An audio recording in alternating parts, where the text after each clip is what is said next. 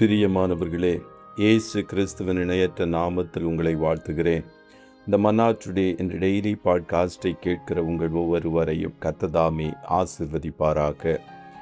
எரேமியா 9வது அதிகாரம் 1வது வசனம் இப்படியாய் கூறுகிறது: ஆ, என் தலை தண்ணீரும் என் கண்கள் கண்ணீர் ஊற்றுமானால் நலமாயிருக்கும். அப்பொழுது என் ஜனமாகிய குமாரத்தி கொலையுண்ண கொடுத்தவர்கள் நிமித்தம் நான் இரவும் பகலும் அழுவேன் என்பதாக.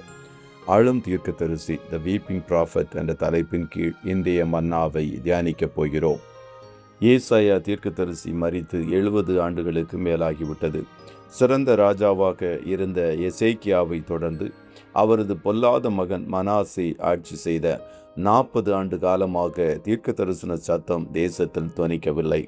அதன் பின்னர் மனாசேயின் ஆட்சி காலம் முடிவிற்கும் யோசியாவின் ஆட்சியின் துவக்கத்திற்கும் இடைப்பட்ட காலத்தில் நாகும் எழும்பி தீர்க்க தரிசனம் உரைத்தார். அவரது ஊழியம் முடியும் போது செப்பனியாவும் எரேமியாவும் அவர்களது ஊழியத்தை தொடங்கினர். யோசியா, யோவகாஸ், யோயாக்கீன் மற்றும் சிதேக்கியா ஆகியோரின் ஆட்சி காலத்தில் எரேமியா தீர்க்க தரிசனம் உரைத்தார். எசேக்கியா ராஜாவுக்கு ஏசாயா இருந்தது போல யோசியா ராஜாவுக்கு எரேமியா இருந்தார். கர்த்தராகிய ஆண்டவரே, இதோ நான் பேச அறியேன் என்று சொன்ன எரேமியாவின் வாயில் கர்த்தர் தமது வார்த்தையை அருளினார். அவர் ஒரு அழும் தீர்க்கதரிசி என்று அநேகர் சொல்லுவார்கள். அவ்வளவாய் மனவேதனையுடன் யூதாவின் ஜனங்களின் பின்மாற்றத்தை குறித்து தீர்க்க தரிசனம் உரைத்தார். இந்நாட்களில் தீர்க்க தரிசனம் உரைக்கும் அநேக தீர்க்கதரிசிகள் நீ நன்றாயிருப்பாய், நீ வாழ்ந்திருப்பாய், நீ சுயித்திருப்பாய் என்றே தீர்க்க தரிசனம் உரைக்கிறார்கள். அது உண்மையிலேயே தேவனிடத்திலிருந்து வரும் தீர்க்க தரிசனம் தானா? இல்லை, அவர்கள் உண்மையாகவே கர்த்தரின் வாயாக இருக்கிறார்களா என்பதே பல வேளைகளில் கேள்விக்குறியாக காணப்படுகிறது.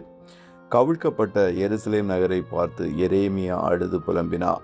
பின்னாட்களில் அதே எருசலேம் நகரை பார்த்து இயேசு கண்ணீர் விட்டு அழுதார்.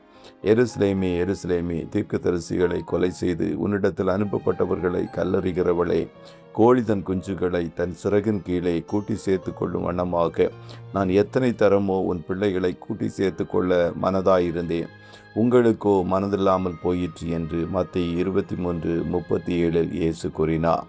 இந்நாட்களில் தீர்க்கதரிசிகள் மாத்திரமல்ல, தேவ ஜனங்கள் ஒவ்வொருவரும் பின்மாற்றத்தில் இருக்கும் நம்முடைய ஜனங்களுக்காக, சமுதாயத்திற்காக, குடும்பங்களுக்காக, தேசத்திற்காக எரேமியாவைப் போல, இயேசுவைப் போல அழுது ஜெபிக்கிறவர்களாய் காணப்படுவோம்.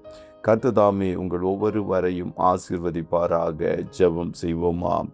நல்ல தகப்பனே, உம்மை நன்றியோடு துதிக்கிறோம். இந்த மன்னா டுடே டெய்லி பாட்காஸ்டை கேட்கிற முடிய பிள்ளைகள் ஒவ்வொருவரையும் கர்த்தர் ஆசீர்வதியும். அப்பா, எரேமியாவைப் போல, இயேசுவைப் போல நாங்களும் அழுது புலம்பி தேசத்தின் குடிகளுக்காய் திறப்பிலை நின்று ஜெபிப்பதற்கு ஒரு ஜெப ஆவியை எங்கள் மேல் ஊற்றுவீராக.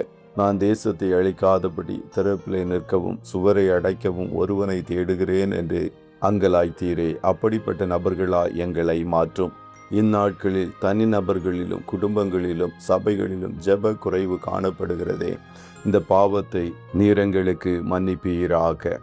இன்றைய தினம் உம்முடைய பிள்ளைகள் கையிடுகிற வேலைகளை ஆசீர்வதியும். போக்கிலும் வரத்திலும் உடனிடும். கண்ணின் மணி போல காத்தருடும்.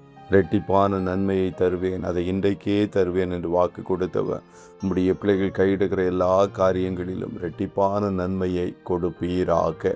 ஆட்டுக்குட்டியானவருடைய இரத்தத்தின் பாதுகாப்பிற்குள்ளாய் ஒவ்வொருவரையும் கொடுத்து இயேசுவின் நாமத்தில் வாழ்த்தி ஜெபிக்கிறோம் நல்ல பிதாவே. ஆமே.